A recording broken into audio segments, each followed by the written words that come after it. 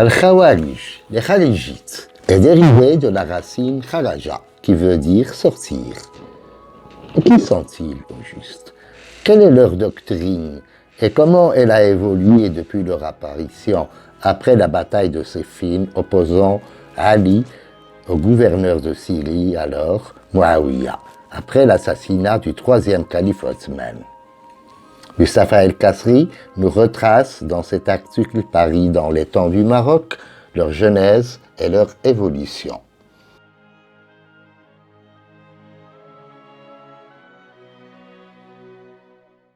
Le kharijisme, genèse et évolution. C'est avec la crise de succession et le conflit qui a opposé Ali à Muawiyah juste après la bataille de Siffin que la communauté musulmane allait connaître son premier schisme important et la naissance de l'une des sectes les plus déterminantes de son histoire politique et doctrinale, le kharijisme. Certes, bien avant, les partisans de Ali, Shi'at Ali, s'étaient rassemblés autour de ce cousin et gendre du prophète en qui ils voyaient le successeur légitime de l'envoyé de Dieu. Mais cette Shia ne s'est en fait organisée en secte réelle, parti politico-religieux, ou si l'on veut, en doctrine, qu'après l'assassinat de Ali et la prise du pouvoir par l'Omeyyade Muawiyah ibn Abi Sufyan, alors gouverneur de Syrie. S'il est vrai par ailleurs que ce parti Shia se ralliait aux droits de la famille du prophète, il ne les exprimait pas cependant et n'était pas encore entré en lutte ouverte pour la soutenir. Conflit entre Ali et Muawiyah. Le conflit n'éclata en fait qu'avec l'assassinat du troisième calife, Othman ibn Affan, dans sa maison de Médine, par un groupe de mécontents venus d'Égypte demander la destitution de leur gouverneur impopulaire. Néanmoins, les luttes d'influence commençaient déjà à se préciser dès l'avènement de ce calife qui, s'il est vrai, fait partie des 5 premiers hommes qui se convertirent à l'islam, appartenait néanmoins au clan des Banu Abdi Shams, comprenant la famille des Omeyyades, dont l'importance économique avait été grande dans la République marchande de la Mecque et dont le chef, Abu Sufyan, n'avait cessé de s'opposer avec rage au message du prophète, jusqu'à la veille de la prise de cette ville sainte par les musulmans. Il est vrai néanmoins que ces Omeyyades avaient fourni au prophète des collaborateurs de qualité, bien que leur ralliement ait été souvent tardif et parfois douteux, et qu'ils participèrent largement au prestige de l'islam, quand bien même ils furent les premiers à mettre fin au système électif pour instaurer le régime de la royauté. Implanté déjà sous Abu Bakr, premier calife, et Omar, deuxième calife, en Syrie, où elle avait déjà conquis une partie de sa puissance, cette famille allait bénéficier, sous le troisième calife Othman, qui lui a apparenté, d'une prépondérance dont pouvaient difficilement s'accommoder les autres familles de l'aristocratie arabe, les Banu Hashim notamment, qui n'avaient cessé déjà à la Mecque de leur disputer les privilèges découlant des fonctions du rituel du pèlerinage, comme la siqaya, le fait de donner à boire aux pèlerins, la lifada, assurer leur nourriture, et d'autres avantages pour ne leur laisser que celui de la bannière, le liwa. Après Othman, Ali fut proclamé à Médine dans des circonstances confuses qui préludaient une des périodes les plus troubles de l'islam, car la coalition, l'ayant porté au pouvoir, comptait en son sein des personnes qui auraient très probablement participé à l'attaque de la maison du calife martyr, ou franchement trempé dans son meurtre. L'historien Dahabi rapporte que la chemise de Othman, toute tachée de sang, était arrivée par la poste à Damas, qu'elle fut exposée sur la chaire de la mosquée, que Muawiyah prononça l'éloge funèbre et qu'un pacte qui rassemblait quelques 60 000 hommes avait été conclu pour venger la mort de Othman. Depuis, un lent conflit allait opposer Muawiyah à Ali. Par un adroit stratagème imaginé, nous dit-on par Amr ibn al-As, Muawiyah parvint, au milieu d'un combat qui semblait lui échapper, à convoquer un tribunal d'arbitrage. Cet événement eut lieu en juillet 657 sur la rive droite de l'Euphrate, pendant la fameuse rencontre de Siffin. Si, politiquement, Ali fut dupe d'accepter cette procédure d'arbitrage, il ne pouvait néanmoins la rejeter, vu sa piété et sa grande foi dans le Coran, qui, il est vrai, préconise cet arbitrage. Il ne pouvait néanmoins la rejeter, vu sa piété et sa grande foi dans le Coran, qui la préconise dans le verset disant « Quand deux parties de croyants se font la guerre, les musulmans doivent les réconcilier. » La tâche de cette réconciliation en fut confiée à Abu Moussa al-Ash'ari et Amr ibn al-As, représentants respectifs des deux protagonistes, sans que l'on soit parvenu à trancher la question du califat. Mais c'est Muawiyah qui en est sorti fortifié, car il fut établi que rien ne pouvait justifier l'assassinat de Othman et que d'autant plus qu'admettre l'arbitrage présupposait la désignation d'un calife par une shura, consultation démocratique. Première séparation dans les rangs alites.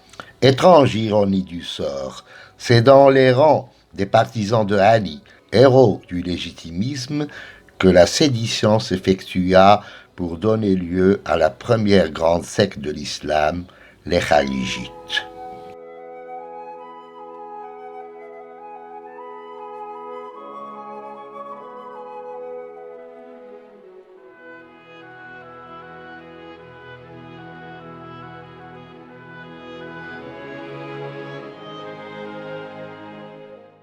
Autrement dit, les Khawarij, c'est-à-dire ceux qui sortent, littéralement. Ceux-ci se désolidisèrent de Ali parce qu'en renonçant à défendre par les armes un pouvoir hautement légitime, celui-ci aurait, selon eux, substitué un verdict humain à la parole de Dieu révélée. Ce ne sont donc pas, comme nous le voyons clairement, les questions religieuses qui tiennent en fait le premier rang dans cette dissidence qui a donné lieu par la suite aux scissions que la communauté musulmane allait vivre durant des siècles et jusqu'à présent, mais bien plutôt un problème politique touchant à la revendication du pouvoir et à l'organisation de l'État. La question religieuse s'y est par la suite mêlée pour exacerber cette dissidence et lui imprégner à chaque fois un plus grand rebondissement et une forte ténacité. En rejetant aussi bien Ali que Muawiyah, les Kharijites ont imprimé également à leur attitude un caractère religieux en faisant des deux protagonistes des contempteurs de la loi, ne recherchant en réalité que les intérêts tout à fait profanes, et dont l'unique mobile est de servir des ambitions personnelles lorsqu'ils luttent tous deux pour le pouvoir en allant jusqu'à verser le sang des musulmans.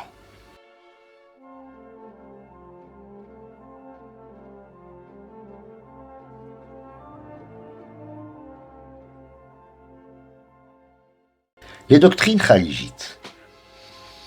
Aux représentants du légitimisme alide et aux tenants d'un califat électif dans la famille de Quraysh, le kharijisme allait opposer dès sa naissance une conception du pouvoir tout à fait démocratique et populaire, en ouvrant la voie du califat à toute personne qui en est digne, même, disent-ils, à un esclave éthiopien, ولو كان عبدا حبشيا, et pas nécessairement choisi dans la tribu de Quraysh. En revanche, il exige de ce calife la plus stricte soumission à Dieu et s'arrogerait le droit de le déposer si sa conduite ne répondait pas à cette exigence. Quant à la conduite humaine, les kharijites regardent les œuvres comme partie intégrante de la foi, et tout manquement à la loi par le musulman fait de lui un mécréant qu'on est en droit de condamner à mort. En cela, ils prennent la position la plus tranchée des Mourji'a, qui représentaient alors l'opinion dominante et nommés ainsi parce qu'ils ajournent, c'est-à-dire que ces attentistes ne préjugent point de la destinée future des hommes et remettent le jugement à Dieu pour en décider. Ce même extrémisme se retrouve également souvent dans l'éthique religieuse des kharijites. Pour donner une idée de ce rigorisme poussé à son extrême, citons l'exemple des circonstances qui font cesser l'état de pureté rituelle requis pour la prière. Si pour l'ensemble des musulmans ce sont des modalités purement physiques qui font cesser l'état de pureté, les kharijites les étendent à tout manquement moral à la foi musulmane, comme l'injure ou les vilaines paroles prononcées contre des hommes ou des animaux. C'est leur position dogmatique qui se trouve à l'origine même aussi bien de l'extrémisme politique des kharijites que de leur division. Ainsi, leur doctrine voyait en tout musulman coupable d'un manquement à la loi un mécréant passible de la peine légale, et faisait entrer parmi les grands pécheurs tous ceux qui refusaient de se révolter contre le pouvoir injuste, disent-ils. À cet égard, même la taqiyya, sorte de dissimulation légale de ces véritables opinions pratiquées notamment par la Shia et admises dans certaines conditions par le sunnisme, est interdite en acte et même en parole par les kharijites.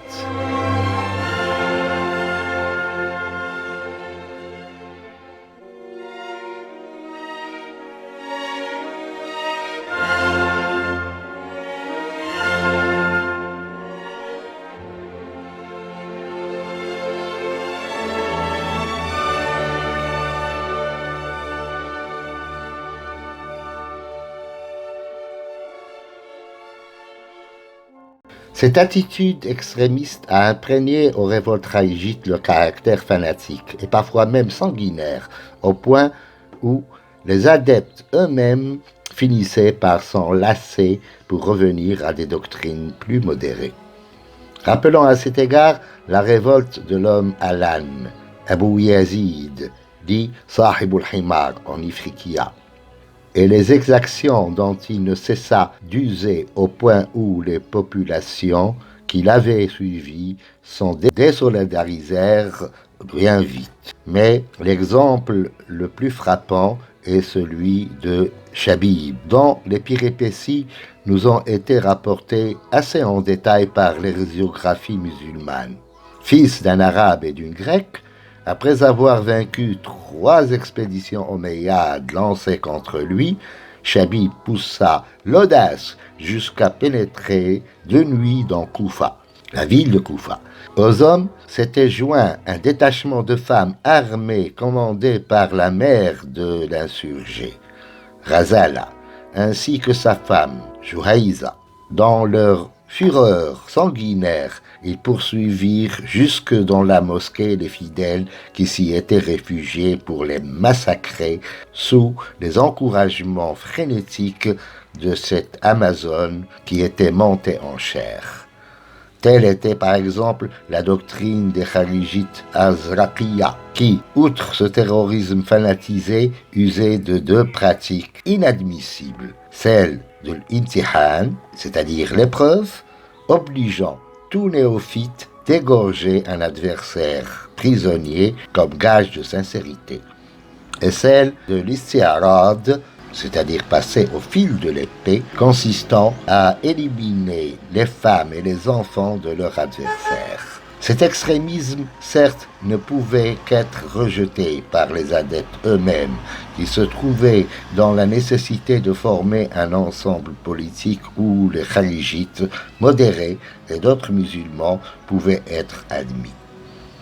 Ce fut le cas notamment de la doctrine souflite, qui connut un certain succès en Afrique du Nord avec les deux royaumes khaligites de Sijil Massa et de Tahart, avant l'arrivée d'Idriss Ier au Maroc, qui avait échappé au massacre des Alides par leurs cousins abbassides dans la bataille de Fakh, et qui a fondé avec le concours des Berbères à Ouraba la première dynastie marocaine. Mais c'est la doctrine ibadite qui allait par la suite constituer le système vraisemblablement le plus modéré et permettre une évolution vers des solutions moyennes qui, certes, sont loin d'ôter à la secte son caractère extrémiste et son éthique rigoriste, mais allaient valoir à ses représentants les plus modérés un prestige incontestable même en milieu sunnite. Ainsi, le kharijisme revendique bon nombre de traditionalistes et d'exégèses tenus en haute estime par l'orthodoxie bien implantée en terre d'islam.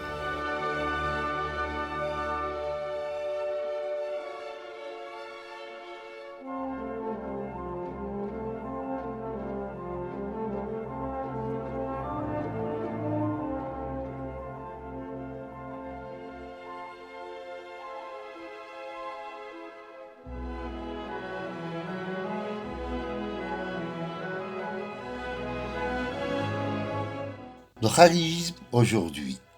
Aujourd'hui encore, certains groupements de musulmans professent le kharijisme sous sa forme ibadite, qui, de toutes les nombreuses doctrines de cette secte, est la seule qui se soit conservée jusqu'à aujourd'hui.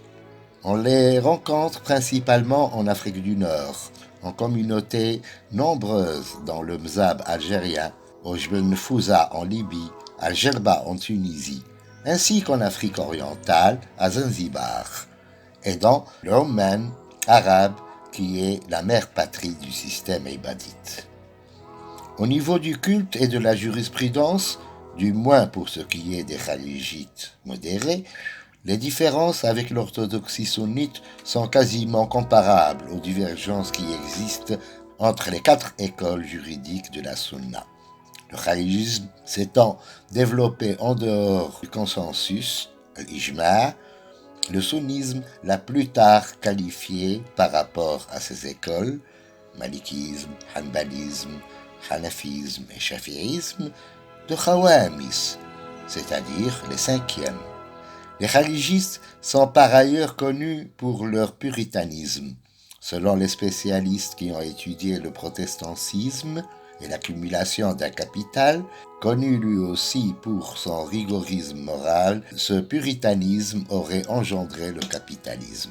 En effet, Mozabit en Algérie et Djerbi en Tunisie, tout comme les Soucis au Maroc, sont connus pour leur intense activité commerciale et leur intégrité proverbiale. Originaires de régions démunies, ils émigrent vers les grandes villes où ils tiennent généralement un commerce, épicerie, quincaillerie, ainsi de suite. Si avant Mozabit et Djerbi rapatriaient leur capital amassé dans leur région d'origine par esprit de solidarité avec leur collectivité, aujourd'hui, par contre, conscients de leur importance économique, ils investissent les entreprises des régions dans lesquelles ils ont émigré et ont pu ainsi constituer une classe sociale dont la participation à l'activité économique et commerciale de leur pays n'est pas des moindres. Possibilité de réconciliation et d'entente. Une fois leurs insurrections réprimées tout à fait, et depuis qu'ils n'ont plus pu lever l'éventail de la révolte contre le pouvoir établi, les khalijis se sont bornés à développer leur doctrine spécifique en matière politique, éthique et dogmatique. Ainsi, ils ont pu mettre à jour une considérable littérature théologique. L'intérêt que celle-ci présente pour les études islamiques est indéniable et son examen, loin de tout préjugé politique, présente à coup sûr toute son importance dans le cadre du rapprochement entre les doctrines islamiques pendant tout le courant du XXe siècle et qui, espérons-le, ne finiront pas cette fois en queue de poisson. Les organisations islamiques contemporaines seront à elles seules de peu de poids. Si leur action n'est pas soutenue, entretenue et encouragée par les États musulmans eux-mêmes, les peuples n'étant pas tout à fait encore en mesure de concrétiser cet idéal de rapprochement, tant que la démocratie véritable n'est pas encore instaurée et ancrée dans leur rang. Espoir dont nous voyons quand même pointer les premières manifestations à l'horizon du XXIe siècle, c'est-à-dire dans le futur immédiat de demain.